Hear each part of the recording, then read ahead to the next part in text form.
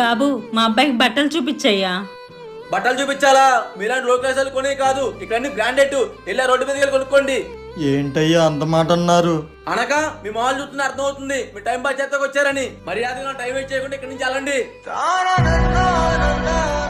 బాబు, మా తమ్ముడికి మంచి బ్రాండెడ్ బట్టలు చూపించమ్మా, రేట్ ఎంతైనా పర్లేదు. సార్, ఇవన్నీ బ్రాండెడ్ బట్టలే, చూసుకోండి. అరే తమ్ముడు, ఈ షర్ట్ ఎలా ఉందిరా నాకు?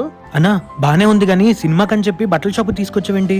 అరే సినిమాకి ఇంకా అర్ధగంట టైం ఉంది, అప్పుడుదా టైం పాస్ చేద్దామని తీసుకొచ్చా. అన్నా నువ్వు సూపర్ అన్న, ఈ లోపు 4 షర్టులతో 4 ఫోటోలు దిగి ఇన్స్టాలో స్టోరీ పెట్టుకోవచ్చు. అమ్మయ్య, వీళ్ళు చూస్తుంటే ఈ జతలు కొనే వాళ్ళ ఉన్నారు. బాబు, ఇక్కడ బట్టలే మా తమ్ముడికి నచ్చలేదమ్మా. ఏంటో ఇందాక అందిట్లో మళ్ళీ వచ్చారు.